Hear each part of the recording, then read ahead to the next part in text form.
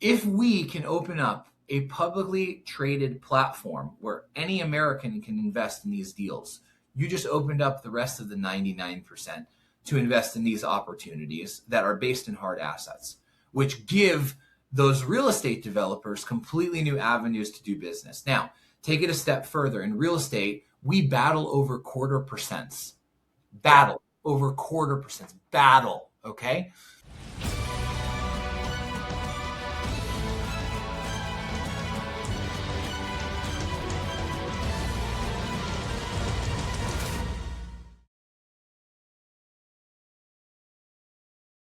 What if the best real estate investments were never meant for you to see?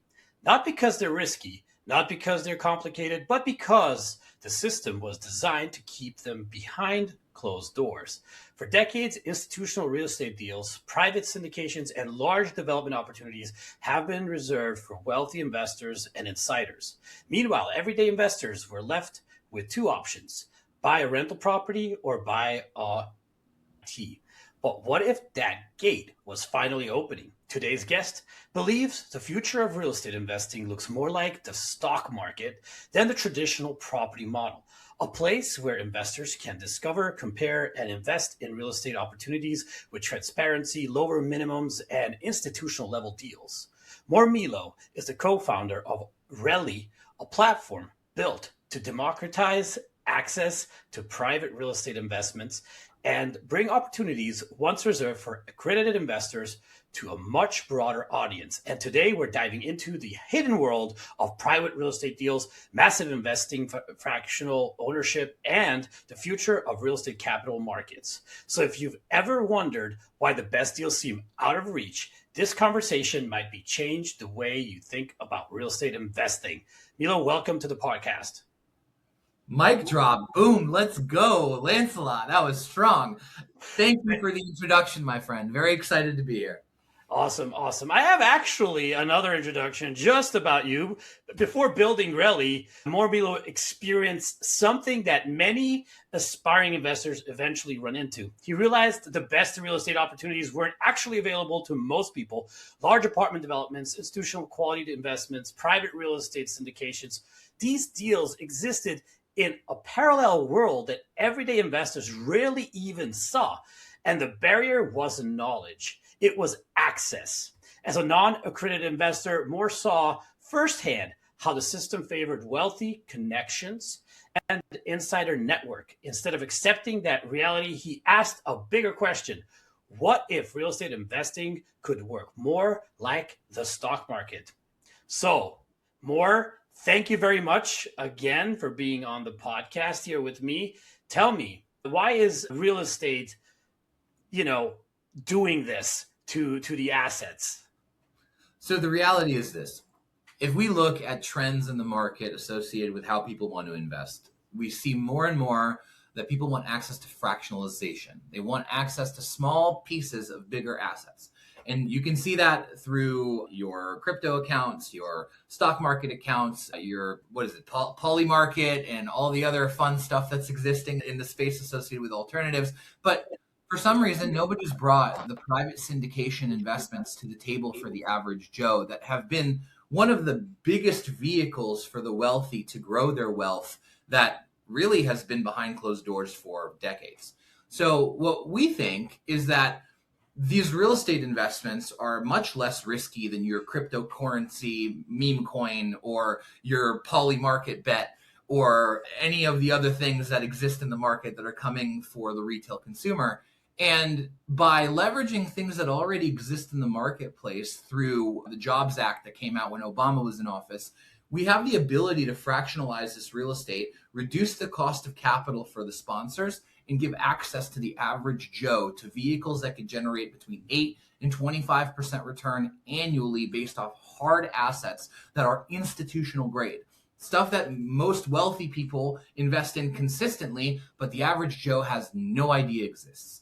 So we saw this. We saw his writing on the wall. We said, okay, We want to be able to invest in real estate the same way we invest in stocks, with a diversified number of offerings from a bunch of different great sponsors in different sectors of the market, where we could create different structures for return, maybe a little bit of cash flow over here, maybe a little bit of debt over here, maybe a little bit of equity investments for some big hitters over there, and create that portfolio as a retail investor. In order to do that, what we did was we went out to all the sponsors that we know are raising capital from high net worth individuals and institutional investors, and showed them a way to go out to the average consumer as well and reduce their cost of doing business. So all that being said, there's lots of these sponsors in the market. Some of them are ready to take that plunge and go into the retail consumer category and have already invested in doing that. Some of them are a little bit more hesitant and need a little bit more time to get to that space. So what we also did was we created a solution that would help the market the way that exists today, where we can help some of those higher net worth individuals connect with the sponsors that exist in the market, because that market, that industry as a whole, is only maybe 5% penetrated into the number of investors that exist in the market for those types of offerings. Meaning there's no education and no access for those that do qualify for these investments, because they just don't know about them. They don't know how they work. They don't know how to access them. And what we're trying to do is we're trying to lower that barrier of entry by giving them a platform to find vetted deals from great sponsors in all asset classes. And as we continue to grow our business, we're going to open that up to more and more individuals and lower that barrier of entry. We hope within the next year or so down to $100 per investment. Oh, that's awesome, man. So let's pull back the curtain a little. For investors listening who have only ever bought, a house or invested in an REIT, what is an REIT, number one? And number two, what does the private real estate investment world actually look like? Sure. So a REIT, or REIT, as you mentioned, is a real estate investment trust. And that's kind of like the OG fractionalized investment. It's essentially a fund, a mutual fund of sorts, that's managed by a specific manager. And their job is to collect capital from investors and deploy that capital into real estate deals based off of their underwriting. So you get access to the market, but based off of the fees that the manager is collecting. And you don't really have a say on, do I put it in multifamily? Do I choose sponsor A or sponsor B? Do I go put it in a self-storage deal? Do I put it in debt? They kind of do everything for you. And historically, the results have been subpar, to be honest. 10% returns tops. If that, 4, 6, 8, 10, even BlackRock, they really not the strongest vehicle, because what happens is you have all those fees in the middle that BlackRock or Vanguard or whoever is delivering that REIT is taking off the top. So those deals traditionally have been available to the average Joe on the stock market or through any other platform, but they're not great, number one. Number two, you have no control. Now, a REIT is a structure that gives you a tax benefit. So you can have a small REIT, you can have a big REIT, you can have a debt REIT, you can have an equity REIT, you can have all different types of stuff. Basically, what that REIT means is that there's a certain taxable advantage because they're deploying back to the investors. I believe it's 95% of the capital that comes into the business. Okay. Now, the way that the market exists today, for the most part, when you look at larger deals, let's just use an example of a multifamily deal, 500 units, right? You're paying $80 million. Let's say you need 25% or so in equity. So you got to come up with 20 mil, and the rest you're going to go get in debt. What great developers / operators will do is they'll go underwrite a deal. They'll package that deal nice and pretty. They'll lock up the property to raise the capital. They'll raise the money from the investors, and then they'll invest that money into these deals and pay back the investors based off of the cash flow of the property. Those are what's called syndications, okay? Those are individual assets. So it's one multifamily deal, one is self-storage community, one whatever, retail facility. There's also what's called a fund, a private real estate fund, where you'll have one thesis where you're going after self-storage with these parameters, or I'm going after single-family homes with these parameters. And you can invest in the operator and their portfolio of investments as a whole. Now, those are the two different types of investments that exist in the market. They, for the most part, only exist as private investments for what's called accredited investors. An accredited investor is someone that has either $200,000 in income as an individual, $300,000 with a spouse, $1 million in assets outside of their home residence. And those investors that qualify as an accredited investor can deploy their capital, $50,000, $100,000, $1 million at a time, alongside these operators that underwrite these deals or offer these funds, and participate in the return as a passive investor in that business that manages those assets. Now, what we're trying to do is we're trying to show the sponsors of those types of investments, whether funds or syndications, the ability to go out to the average consumer and offer maybe a slightly diluted return. Maybe instead of a 20% IRR expectation, they offer a 15% IRR expectation, which is still significantly higher than what you can get in the market elsewhere based off of hard assets, and offer those as fractional investments to the average consumer. Now, slowly but surely, we're seeing more of those operators shift their strategy from only accredited investors to everybody, but it requires quite a bit of compliance and legal work. So it's a slow trickle of operators that are moving that direction. And when they are ready, we will be ready for a platform for them to plug into, get in front of a wonderful audience that's excited to invest, and automate all the technology for them in one place. That's awesome, man. And what kind of developments or projects are typically in that world that you're talking about? We see a little bit of everything. So on our platform today, we have a mixture of real estate assets, and we also have an energy investment deal as well. The deals that we currently have, we have single family residence funds, we have debt vehicles, both a mortgage REIT and hard money loans. We have a self-storage offering. We have a medical office offering. We have a retail offering with Walmarts and Sherwin-Williams and Starbuckses. And lastly, we have the energy offering right now on the platform, which is an oil and gas deal where you can invest in wells being drilled in Oklahoma and the Gulf of America, where you get a massive tax advantage as well as cash flow from the oil being drawn from the wells. So we have a little bit of everything. We're agnostic to the asset sector. We like to focus on hard assets, so anything that's based in real estate. Energy is kind of that little adjacent that ends up working pretty well. But for the most part, we're focused on real estate and hard assets. And we find operators. We focus on operators, finding operators that have a track record of success, a specific specialty of real estate that they go after, and a team that can deliver consistent results to our investors. So that's where we're focused on, expanding to more sponsors in more asset classes that have a great track record to deliver on. Oh, that makes a lot of sense. You always want those. And for developers and operators outside who you're looking for, what does this shift really mean? Run that back one more time. What do you mean? So for developers and operators, what does this shift mean? Meaning the shift that's happening in the capital markets right now, yes. that you're looking for end consumers with $100, or at a point you'll have those. Not yet, but you will. Instead of REITs and syndications, what does this mean to those guys that, hey, I was making 5% on a deal. Now, what am I going to do now? Where am I going to get my money from, etc.? So for them. So essentially, the shift that's happening right now is the real estate development firms are seeing that they need to be more efficient. And in order for them to be more efficient, they need to adopt technology that they've never had before. And as you know, real estate is a very antiquated business from the perspective that people don't change very often. So there's going to be an uphill learning curve for most operators that are going to have to really embrace technology and embrace new compliance that's coming down the line and how it can affect their business. There is definitely two categories of sponsors out there. There are the sponsors that are capable of connecting and understanding and implementing the technology necessary to be able to deliver those results.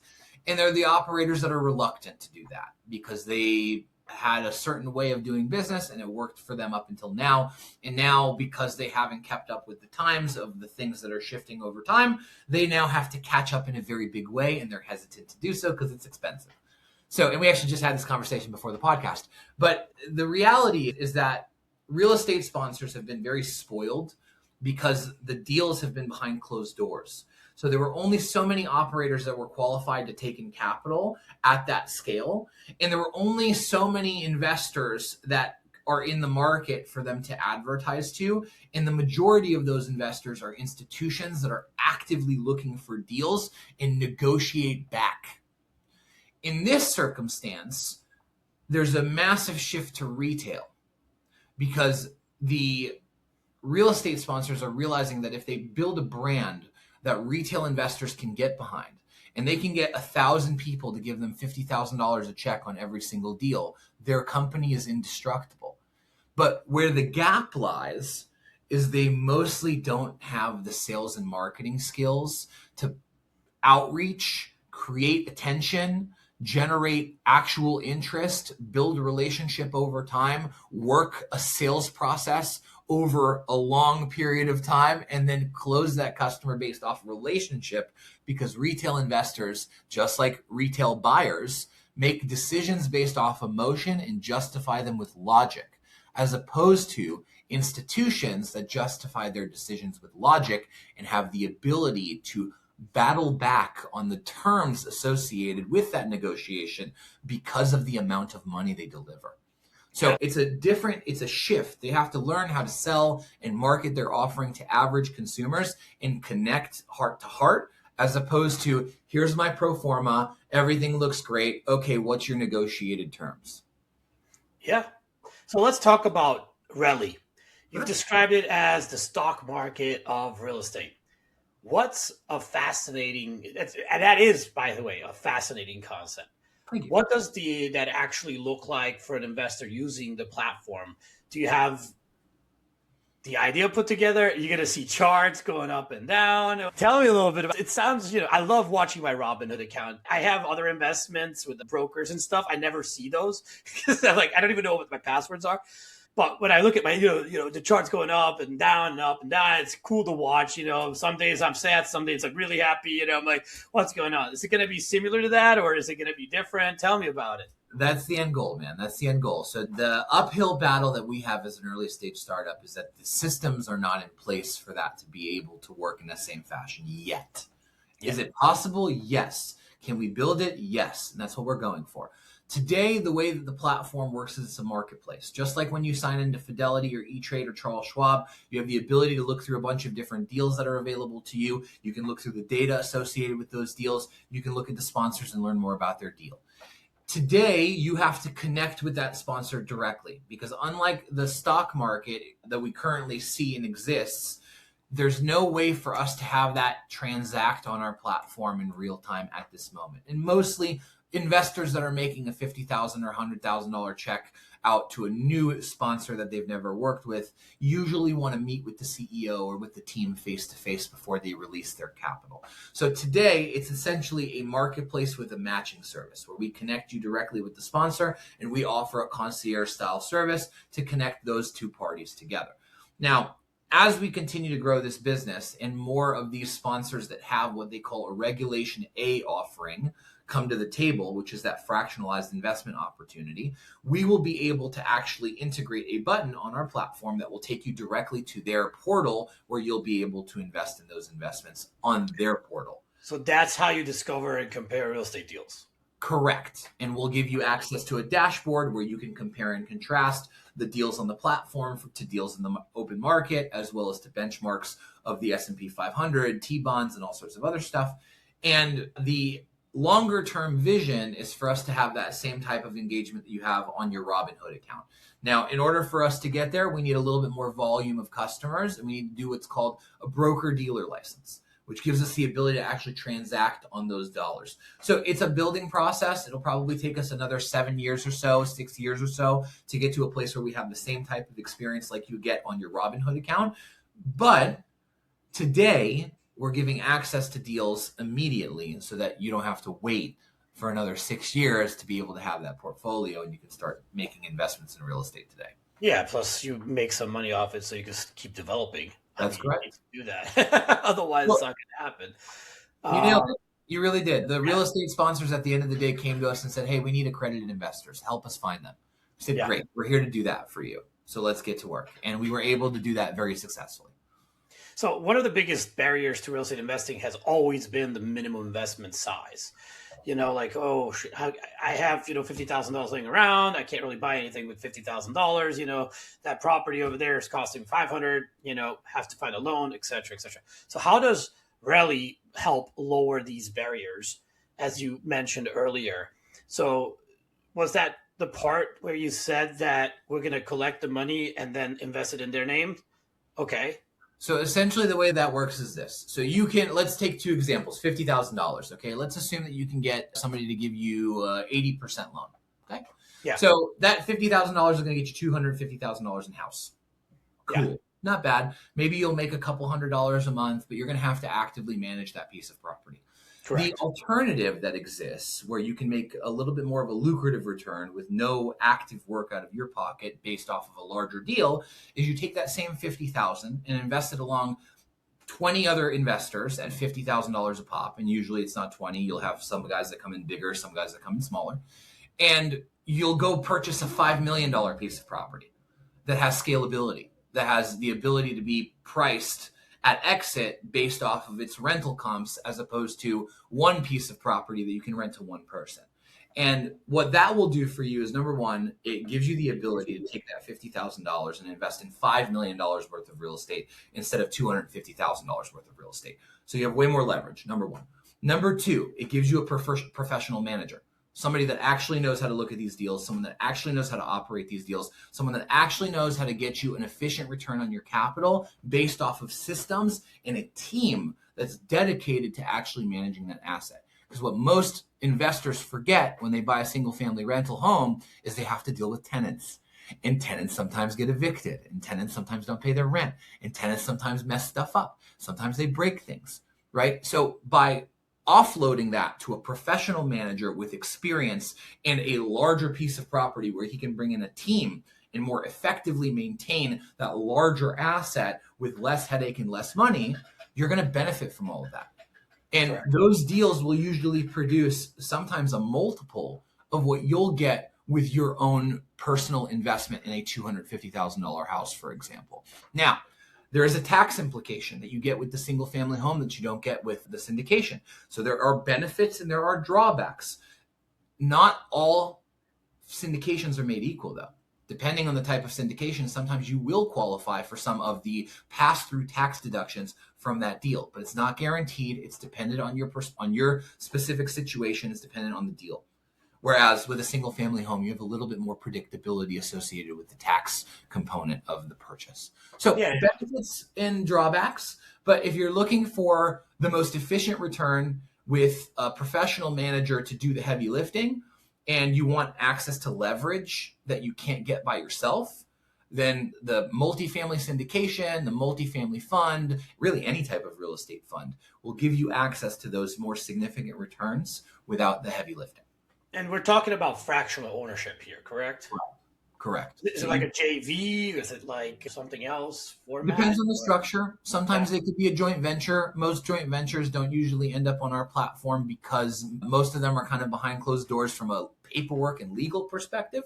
What we mostly see is funds, but some of these funds can be dedicated to a specific syndication, and some of these funds can be dedicated to a thesis where they're investing in a large sum of properties and you get access to the whole portfolio. So it's all very dependent. There's also debt opportunities where you can invest your money like the bank and be a first position lien holder and, have the safety of being, having your name on the deed, right? So there's lots of different options. There's lots of different structures. It depends on what fits best in your portfolio. And just like in the stock market, you should be diversified. You have a little bit over here, a little bit over there, a little bit over here. I totally understand that. I think it makes the most sense. And how important is transparency when they are evaluating these deals? And does the consumer get to see the whole transparency behind the doors? Like, these are the properties, everything's written down, this is why this is a good deal, main facts. Is it like a wholesaler that sends out a blast email? Oh, look at these 4 properties next to this one, ARV, 500,000, 500. You're getting this for 200. It's nothing like that. It's something totally different than that. Yeah. So the way that these companies operate, because they solicit investments, they have regulatory compliance associated with the SEC. So there's a much higher level of scrutiny for anybody that's taking capital from investors to deploy into these assets because they're looked at as private equity managers. So they have to play by the rules of the SEC, and there are certain parameters that they have to have in place before they can actually advertise a deal, which means that they actually have to say, okay, hey, SEC, we're raising money for X, Y, and Z. Here's all of our paperwork. If we screw it up, you can come after us. And By doing that, it requires them to have a certain type of relationship with the investor, depending on the structure. And normally what you'll see with a syndication or a fund is they'll have a multitude of documents. Obviously, they're going to have their website, and they're going to have all their information on their people and all that sort of fun stuff. But they'll also have a specific offering memorandum. That's an in-depth memo that will give you all the information on the financials, the demographic, who the sponsor is, why they're buying, where they're buying, how they're buying, what the numbers look like, everything. Now, those are always beautiful, right? Everybody wants to sell their product and it's always beautiful. But what they also normally will give you is a couple additional documents called a private placement memorandum and a subscription document. The subscription documents are what you use to subscribe as a member of the fund, and the private placement memorandum is a document that gives you the risks and the benefits of the offering and what could and could not go wrong. So those documents will allow you to read through. They're not sexy, big pieces of documentation, not very fun, but read those, very important. And they will give you a little bit more depth on what some of the risks are of that offering. Now, as an investor, you still need to do your due diligence. You still need to stress test the financials, right? If they're telling you that X is going to be the rental assumption, or the rental increase assumption, you need to test that with half of that, right? You need to play those games and be a smart investor. It doesn't change the fact that you still have to read and understand and do the research, but they're held to a certain standard where they have to provide you as much information as they can to represent their business in a way that fits the SEC's guidelines. Got you. That makes a lot of sense. And it's good, It's not just putting some money somewhere. So final part here is let's zoom out and look at the bigger picture here. If real estate investing truly becomes democratized, as we're talking about it right now, if millions more investors gain access to deals, what does that do to the industry itself? Oh, that's fun. That's a great question. Okay, so we have a problem in this country real estate wise, and it's big. We're undersupplied, rent is through the roof, and we have more land than we know what to do with. The biggest constraints are the financial stack, the debt stack, the equity stack, finding capital for deals, being able to deploy that capital alongside debt to go get deals done. And right now, the real estate operators that are in the market and raising capital from accredited investors reflects 14% of the American population. And of the 100% of that 14%, maybe 5% know about these deals and invest in them. So the amount of people that we're working with is a fraction of a percent to invest in these deals. If we can open up a publicly traded platform where any American can invest in these deals, you just opened up the rest of the 99% to invest in these opportunities that are based in hard assets, which give those real estate developers completely new avenues to do business. Now, take it a step further. In real estate, we battle over quarter percents. Okay? In the real estate world, the cost of an accredited investor is anywhere between 8 to 25% per year based off of the return that you get to promise in order to be attractive. Okay. If you said to me, Mor, as a non-accredited investor, I'm going to give you access to this retail real estate fund with Walmart, Sherwin-Williams, Starbucks paying the bills every single month, instead of giving you the 20% return that I give all my accredited investors at 100K plus, which is an 8% cash on cash return every month in your bank account, plus the exit value and a percentage of the value at the exit, I'm going to give you 25% less. I'm going to give you 15% total return in cash on cash returns month over month. But I'll give it to you with the ability to invest as little as $100. I will trip over that offering. I will give you the money so fast, I don't know what to do with it. Oh, yeah. That is like, hey, that's a no-brainer. I'll take that tomorrow. But what did the sponsor do? The sponsor just reduced their cost of capital by 25%. Yes. Not 0.25%. 25% reduction in cost of capital for every dollar raised from a retail person versus an accredited person. At millions of dollars raised over the next 15 years or 10 years or 5 years or 3 years of a deal, you're talking about hundreds of thousands, if not millions of dollars that go straight to the bottom line.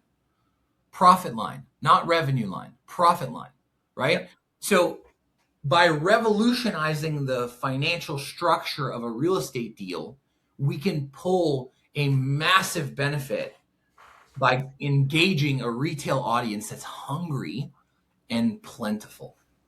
For sure. Oh, I love that. Last question. If someone listening today wants to start learning about passive real estate investing and private deals, what's the first step they should take? They should start looking and doing some research on what passive investing is really about. I would go to Google, I would start looking around, I'd go on LinkedIn and start looking for real estate developers and see what they're doing. I would talk to other investors that can give you insight on what they've invested in and how those deals have gone. And if you're looking for a central hub, obviously come hang out at Relly, and we have a concierge team that's ready to deliver for you and educate you and show you deals and all that sort of good stuff. But whether you use us or you don't use us, research, understand what you're investing in, learn the basics, go meet people, have a team around you, talk to a financial advisor, talk to a lawyer, like get an education, because there's a lot of snake oil salespeople out there and there's a lot of really great sponsors.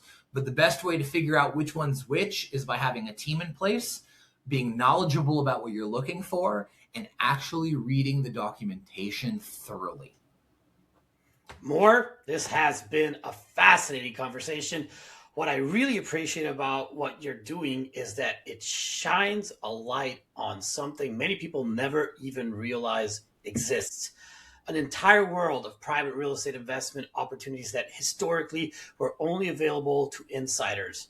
If the future of investing really does move towards greater transparency, access, and functional ownership, platforms like Relly could play a huge role in shaping the next chapter. For anyone listening who wants to learn more about Mor and what they're building, you can connect with him on Instagram at investwithrelly. Relly is RELLI. LinkedIn is Relly, Real Estate Investing. YouTube is at Invest with Relly. Mor, thank you again for joining us today on the Real Estate Roundtable. And for anyone else listening, if you enjoyed today's episode, make sure to subscribe, leave us a review, and share this episode with someone who wants to understand the future of real estate investing. Until next time, I'm your host, Lancelot Lenard, and this is the Real Estate Roundtable, where we bring you the conversations shaping the future of real estate. See you in the next episode.